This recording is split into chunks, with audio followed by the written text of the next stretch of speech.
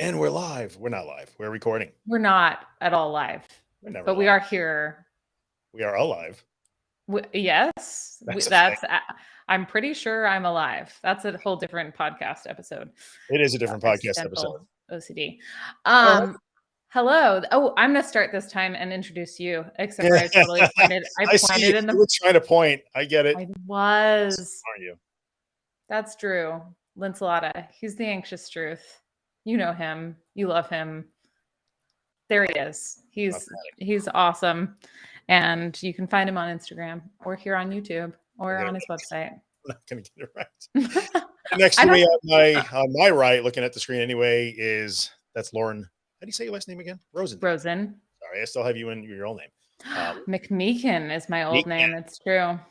No, it's a hard one. Scottish. So, my father would better. Oh my God, I would be completely thrown out of your house, I'm sure. Totally, but that's fine.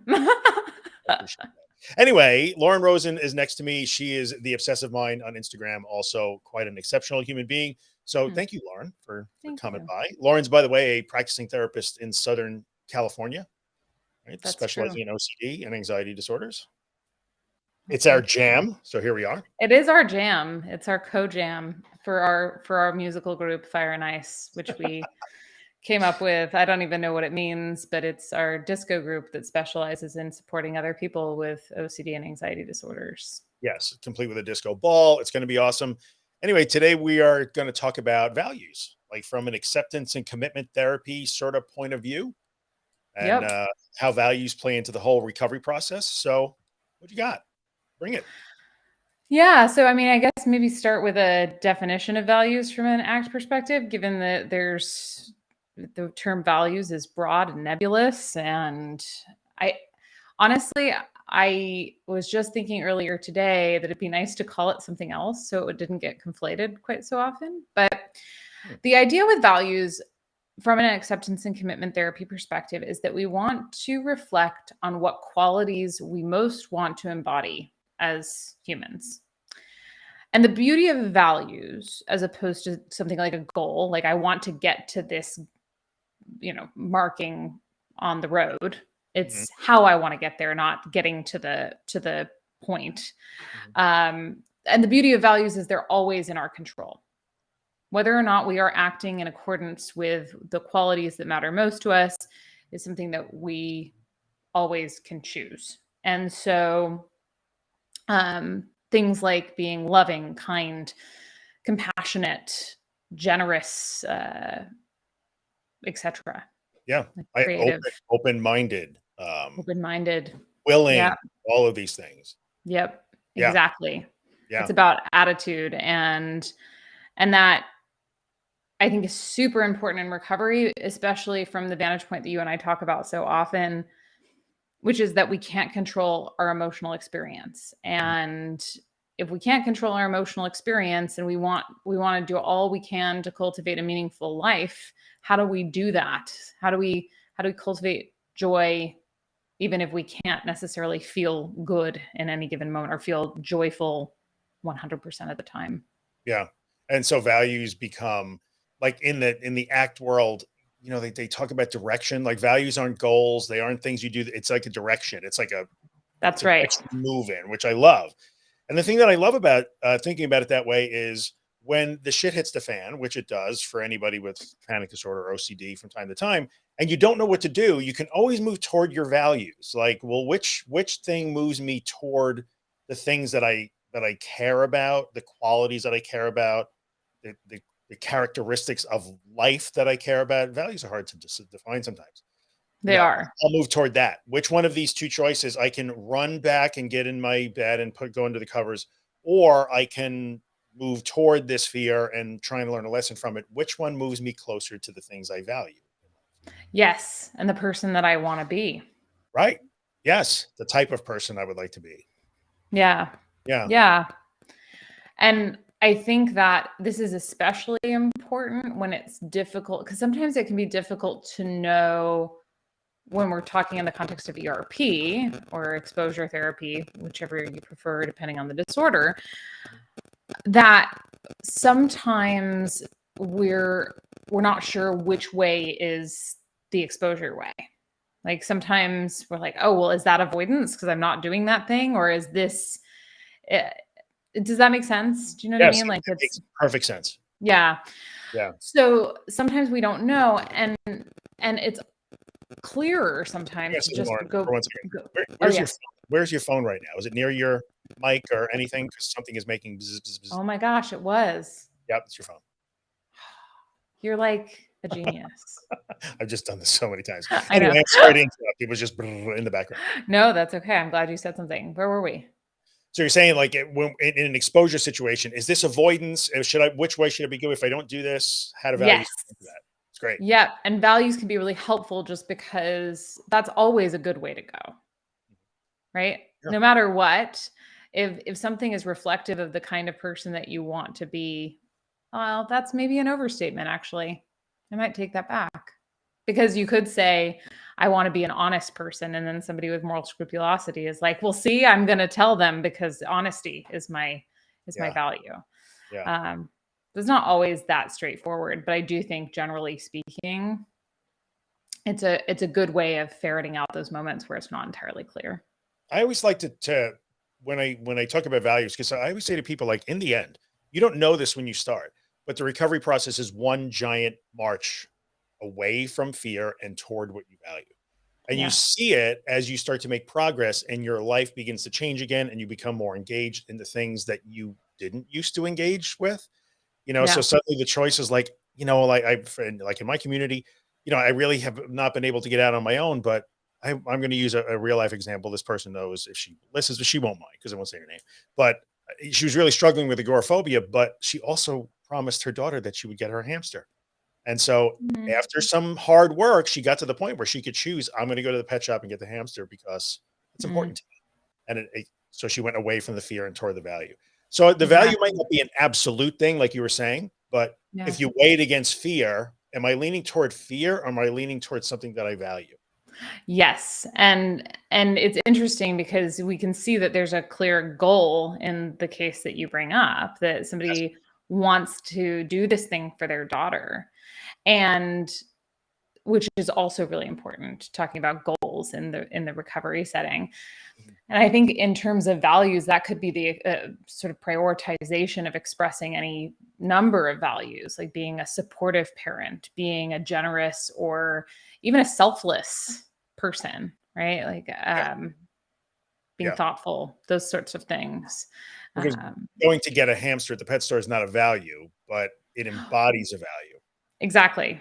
Exactly. And so we want more and more. And ACT is all about taking committed action toward the things that matter to us, which are goals and values generally. So it's more and more, can you take actions that reflect those values? Yeah. And so, So if you can get, now sometimes it's hard for people to get in touch with those values. I think when they're in the thick of it and in the mud, like, what's important to you. Sometimes I get a blank stare back. Like, I don't know. I'm not sure who I am anymore. Yeah. So sometimes the values are found in the opposite of what you really want to do right now. As crazy as that sounds, you can uncover your values when you're in the thick of it. Yeah. Like, well, what do you want now? Your values are probably in the other direction. Probably. Yes. Probably. Right. So yes, absolutely. But you're so right. I think by the time that people get to a stage where they're willing to consider doing something different in the service of recovery, there's been so much running away from fear that sometimes people don't even know what they want anymore. Very common. And so this is where, again, this is not something that ERP necessarily in and of itself addresses. It's really important to sit down and go, okay, well, what kind of life do I want to live? Do I want to live the kind of life where I stay inside all the time? And why or why not? And there's going to be ambivalence, obviously. Yeah. And I think sometimes you don't know, but sometimes the way to uncover, you say, I don't even know who I am anymore. Like the way to uncover that is not to necessarily dig for it, but to just make room for that to come back out again. So sometimes just taking that action opposite of the fear starts to get you to the point where you have enough space so that those values can begin to bubble up again and be seen. Yeah. Yeah. They're still there. You just You're just paying them no mind because there are other more important things at the moment. Yeah. Yeah.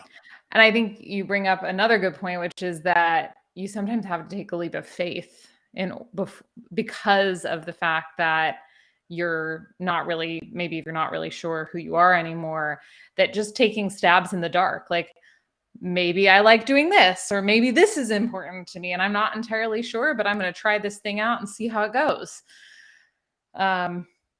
Yeah, because I think a lot of people will get back into the cognitive realm of like, oh, I got to think more about this and I got to figure out what it is that's meaningful to me. And I don't know that that's helpful generally. Yeah. And it's weird because values are not tasks and they're not goals, and values are not things that you do. But sometimes we uncover the values by just trying things that we have not been doing. So, so many people will say like, yeah, but how come I can't be happy? Well, you got to make space for happy. And I don't even know what I want to do anymore. Just try stuff. It doesn't matter. Just try things. You might not like them, but just try them. What's and the hard to know if you never try, right? You can't think your way into figuring it out.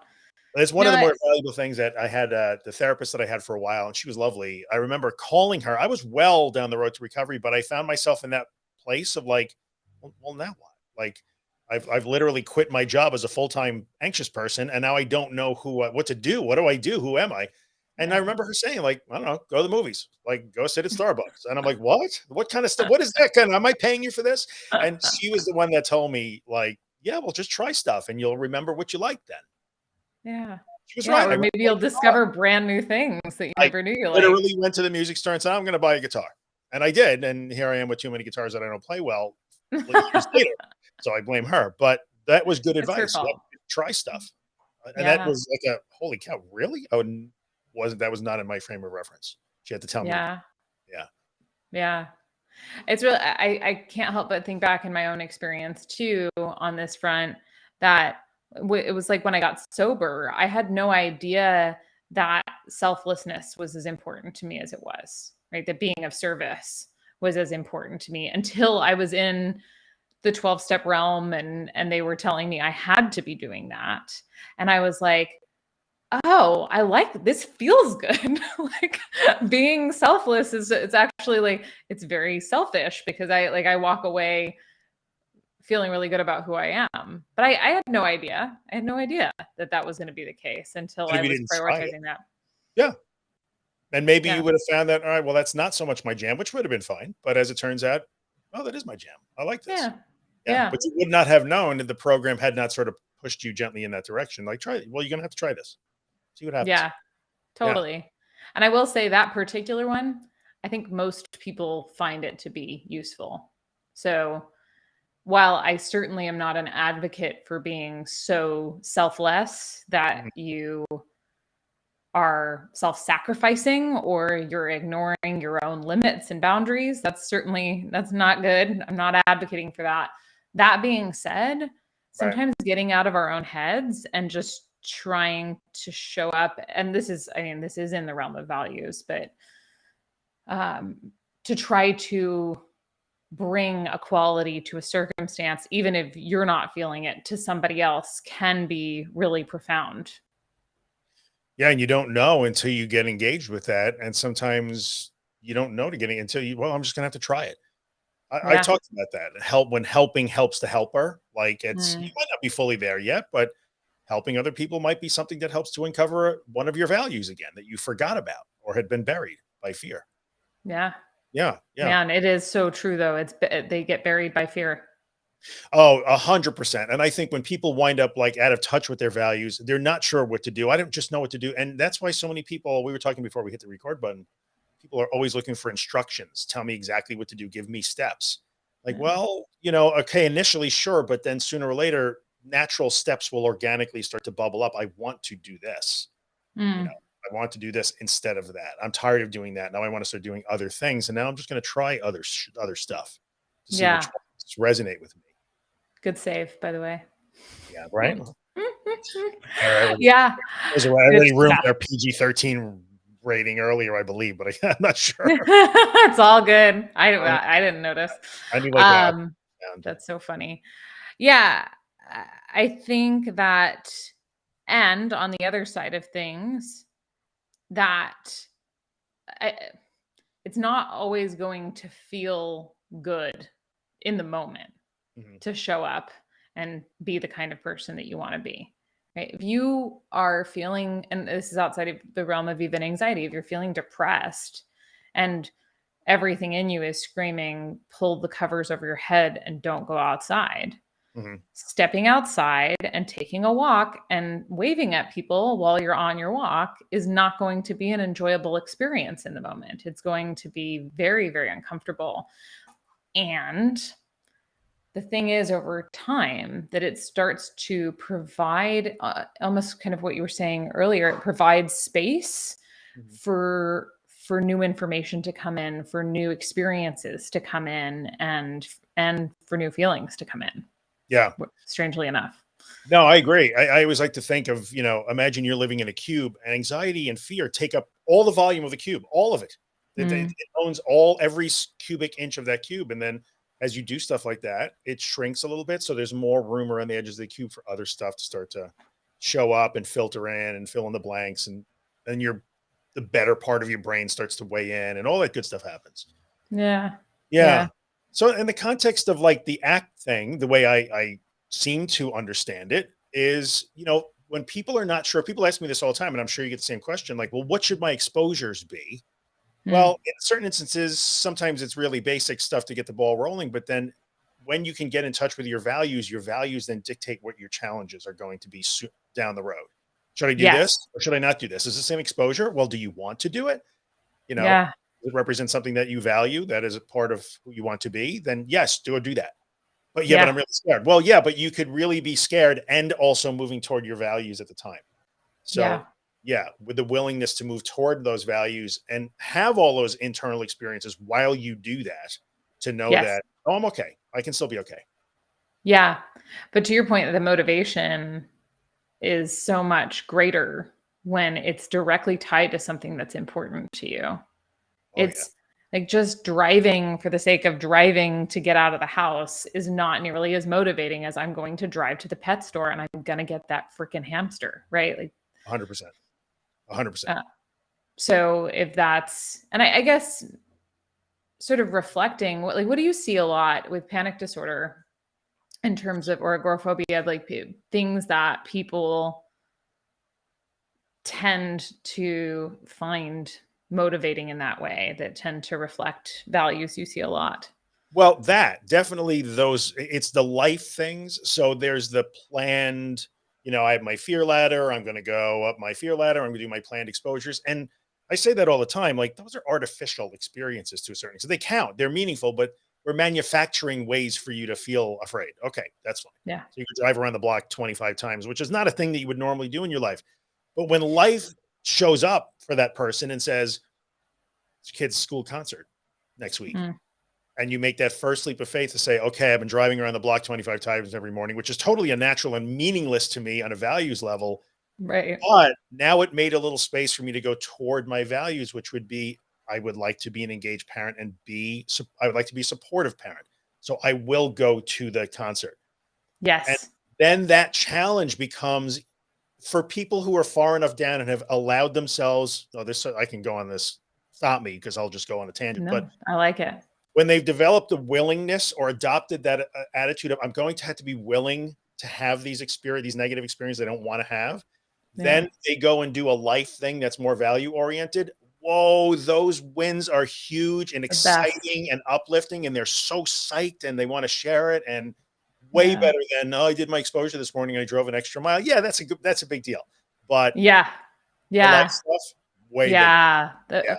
Well, and way more inspiring and keeping you in the trudge that is heavy and difficult sometimes. So I think you're making a really good point for both sides, right? That you have the manufactured exposures are important in that it's like going to the gym. You're building this muscle so that when you show up to the 5K or the marathon, however you may be, depending on your abilities, right? Like you are ready for that.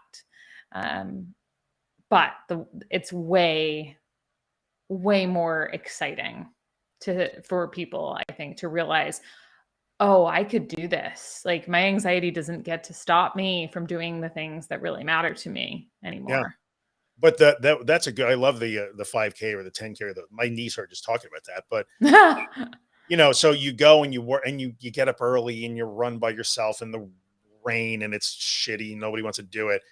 But it's not a pleasant experience in many cases, or you trudge through it because the value of I want to I want to be somebody who could commit to things. I want to Mhm. finish things. And then when you cross the finish line of that 5K, that 10K, that marathon, that's the that's where you get the good part. Yeah.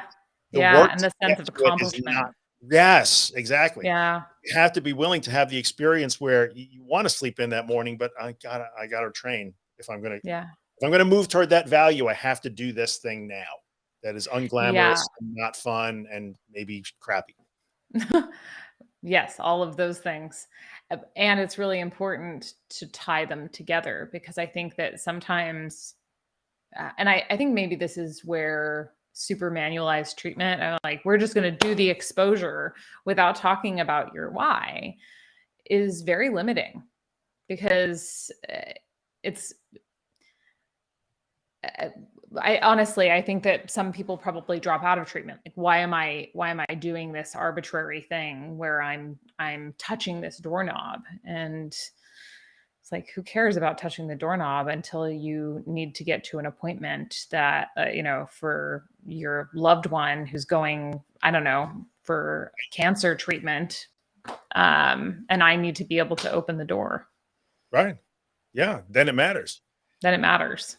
It's funny because when I wrote The Anxious Truth, I wrote a whole bunch of stuff about that. Life is recovery and recovery is life. And that was such an important lesson for me to learn when they started to become intertwined. Oh boy, everything got so much better and so much more Mhm. meaningful as opposed to just get up in the morning, put on my boot. It was freezing that winter. I remember, and just drive around in the snow and the ice. It was so much better when life started to be my recovery because Yeah. there was values built into that. I was starting to move back toward the person that I wanted to be and the life that I wanted to have. Yeah. So it accelerated and I was motivated. Yeah. Yeah, Yeah, that momentum that builds up. Yeah, very absolutely. much so. I Yeah, very much so. totally agree. Yeah. So, moving toward your values is kind of, if you're not sure what to do, it's always a reasonable thing to say, well, what's truly important to me? And I think it's a Mhm. time thing too. What's important to me in life, macro, versus Mhm. what is important to me for the next 2 minutes? Because you're Yes, making all of your choices 2 minutes at a time. And when we act in our values, we make choices, macro choices. absolutely. And ultimately, what's interesting is that it becomes over time when you start making these macro choices that really aren't quite so myopic and time limited. Over time, you start to feel differently as a result of being the kind of person that you want to be. And so that there's like this stabilizing effect where your sense of self is impervious to the shifts, right? Of the ups and downs of anxiety. And the value driven actions themselves become intrinsically rewarding. So you don't have to necessarily hit some big marker to recognize, you know what, I was just really compassionate with myself and I'm really proud of myself for that because that's the kind of person that I want to be. Yeah. um, but I think that that's something that maybe doesn't happen right away because at first you're like I don't know why I'm so random today, but self-compassion every 5 seconds you're like, god, I'm such an idiot, right? So when you are moment by moment just tweaking that, it's not like you're feeling really good about it. But when you start to get more space and time with the practice and it becomes more embodied, then you know what it feels like to be the kind of person that you want to be. Yeah. And then every single moment becomes a moment to celebrate. Yeah, and it becomes a little more automatic and organic. At first, it's clunky and unnatural, and Yes. having to Yes. mechanically practice moving toward your values is completely unnatural and feels ridiculous. But Yeah. It's it's the way to start, totally. though, unfortunately. There's no other way to start except to do it that And way. Honestly, I think that it's so important for people even who don't have disorders, I don't think many people live that deliberately, and I think it's a shame. That's a good point. I think it's a really good point. You're right. Disorder or not. Yeah. What's really Yeah. important to me. I mean, there's certainly a limit to that. We have to live together. So I get that. You can't values aren't self-centered. We should probably point that out. No. In certain instances too, actually that I kind of stumbled upon a good point accidentally. I will freely say it was accidentally, but a lot of people in the community struggle with that Mm. recovery. And I had to write about that too. Like putting yourself in the driver's seat and at the top of the priority list for an hour a day to get better is not selfish. It is Mm-mm. not right. You're not a bad person. You're not abdicating your responsibility as a parent or a partner or an employee. Like if you're not okay, you can't meet up to those other responsibilities. So when we tell Yes. people move toward the things that are important to you, I know that some people listening are going to say, "Oh no, I can't. I'm not supposed to do that." Like my sense of Yeah. worth comes from I'm always selfless. But, Right. but are you? Right. And why are you doing it? If you're actually doing it from a selfless place, from a values place, you're not doing it for some sort of reaction. You're doing it because that's the person that you want to be. A lot of people, especially anxious people who tend to be very prone toward the codependent side of things, are selfless because they're reliant on the positive feedback. So we're not looking for I'm going to do this selfless thing because it'll feel good because then other people will say nice things about me or think well of me potentially. But it's I'm doing this selfless thing for me. Yeah. And that also comes with not we're giving selflessness as a value a lot of airtime, Mhm. but all of the values that you hold for other people, you also hold for yourself, Or you're right? allowed to hold them for yourself. Sure. Well, and I think, but a value is not because by definition, it's a quality that you want to embody in terms of how you relate to to the world around you, even. It doesn't have to be even other people, but the Right. way you want to relate, period. Okay. That's not just about other people. That's about you too. So you can't be a kind person and be really unkind toward yourself, right? You Yeah. can't be Yeah. a thoughtful person and put yourself last and never think of yourself. That's not right. They're mutually exclusive. So Yeah. I think it's really important to recognize that, like, well, kindness may be your value. That doesn't mean that you get to ignore yourself in that. Use self kindness as a part of that practice. Yeah.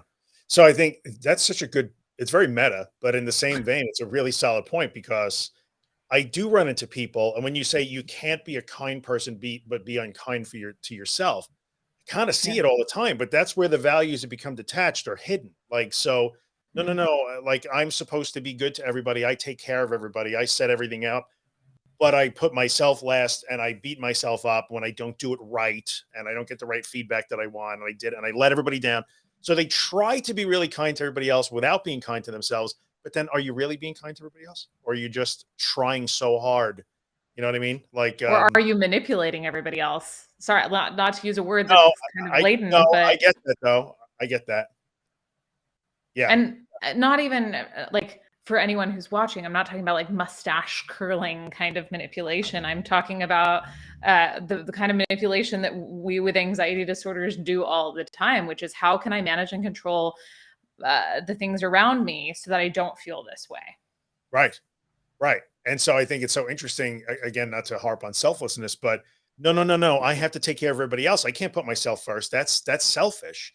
But in the state that you're living in right now, where you refuse to put yourself first to recover, are you taking care of everybody? Uh, I would Right. argue that maybe you're not, or you think you are. You're trying to feel good about yourself and say that you are, but are you doing that as well as you possibly could when you're in an anxious state all the time and driven by fear? Maybe not. Right. Yeah. Right. And is it about the other people or is it about you? Which is that's where it's like it's not true altruism, not to get totally out of It's a our whole, depth yeah, we could here. talk about that for hours. Is there true? But Is it a it's a good conversation? question. That's a really good question. I don't think there is, but we can talk Probably about not. that. No, I Uh, would agree with that.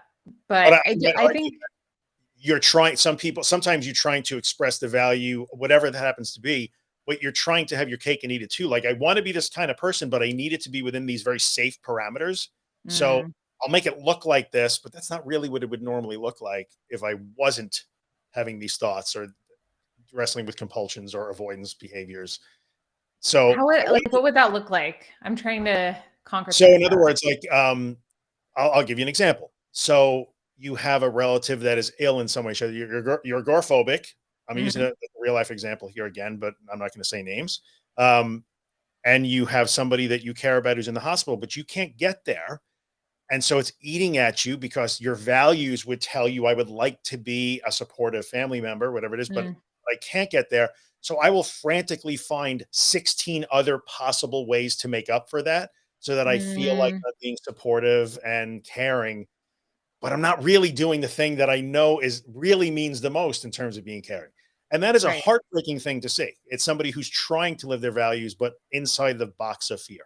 Yes. And there's space for somebody who's making their way toward visiting their family member to say, you know what, I'm not ready today to drive several counties over to see my family member, but I am willing to do X. Yes. Right. And because we don't want to make it an all or none thing, because it's not. At the same token, you're not going to be satisfied with yourself if you know that you're pulling punches because you're scared. Yeah. Long term. But if you are at least moving in that direction, maybe you're not there yet in that day, it's a whole lot easier to deal with that. Definitely. Like, okay, I know I'm not there today the way I really want to be, but I'm working on it and I can find a little bit of a compromise. I'm still not going to feel great about myself, but I'm not going to hate myself as much as I would have otherwise. Right. So, and I can recognize that maybe tomorrow I'll do the next thing. Tomorrow I'll do the next thing. And this is a process. And that's where, okay. So if we're talking about, compassion is the value here, right? Compassion for my family member or compassion for myself. And you can't, it's not like we pick one. It's how do we balance these? Right. And maybe which one takes priority in any given moment, which one needs to for my growth or for my connection to this person. Right. Like it's not always going to be a straight shot. It's a little bit messy and murky, I think sometimes. It is messy and murky. All of all of this is, the whole idea of identifying your values or finding them again and moving toward them, letting those inform your choices along the path. It's all messy and muddy. Sometimes sometimes you don't know which direction to go. You're still not sure. So it's okay if you can't clearly identify all this stuff. No, totally. Yeah. And I will say one way that I have found really helpful in terms of just getting some clarity around values is to look to the people that I admire and to consider what qualities it is about them that I admire. So you take somebody like Brene Brown, for instance, and I look at her and I see warmth and growth mindset and these sorts of this flavor of things that even if you're not sure what it is that you really want to be, and you're certainly not there yet, like in terms of it's the path that can give at least some clarity. Yeah, you can. No, I think that's great. You can use other people as role models if you're not really sure. That's part of the just trying stuff. Well, I don't know, find somebody you admire and try to be like them. Yeah. Maybe it works, maybe it doesn't, but it's something to try. So yes. And especially people who inspire you. Like, why do they inspire me? What is it that's inspirational about them? Well, they're courageous or they're persistent or whatever. I get it. So I really enjoy this conversation, but I know if you guys are watching, this is probably one of our least nuts and bolts conversations, but these concepts matter too. Like, not everything can be specific steps and do this and then do this and do this. Sometimes you got to take these things into account. So, and they matter. Yeah. Yeah. Yeah, I agree. It's not always going to be straightforward, but if there's one small takeaway, I think if we, because I generally like to walk away from something going like, okay, well, what can I do to put this into practice in my life? Sure, you can do some of the things we've already talked about, like think about a role model or what have you, but maybe just one moment at a time. I love what Drew said at the beginning, which is like, is this toward my fear? Right? Is my fear running, like, does it have me by the nose and is it pulling me that way? Or is this toward something that matters to me? Yeah. That's it. Simple. Yeah. One moment at a time, which is the only way to make these kinds of choices. You know, it's not, and now I'm a person who has all of my values front and center, or I'm not. It's one moment at a time. We build that. Yeah. Build that. The only thing I'd add on top of that is just to try and maintain an openness and a willingness, which is a big part of the whole ACT thing, like an openness to have these different experiences and to accept them when they come up. So when life throws you a challenge that you think you're not ready for, try and see it as something that might move you toward your values, even if it's less than perfect or really difficult. So just let these sort of things, let the organic part happen organically as it happens while you're doing the manufactured part. They should start to come together at some point. So definitely. There you go. All right, folks. Awesome. Did all right. 35 minutes. Not too shabby. A little longer than usual, but I'm good with that. Not too bad. Oh, not too shabby. Yeah. Yeah. Right on schedule a little bit. Anyway, I'm going to do the usual stuff that I do. If you guys are not following Miss Lauren on Instagram, I got it right. She's right there at the Obsessive. Oh my gosh. You should totally do that. Awesome stuff. You crushed it, man. I'm the king of pointing today. I'll put myself up on the screen too. And this guy right here is Drew Linsalata, and you should check him out on Instagram and on all of the other platforms as well, because he's great. How's practice going, by the way? How's my practice? New practice. Come on. Yeah. It's good. It's good. We're in the process of hiring on somebody new, so very exciting.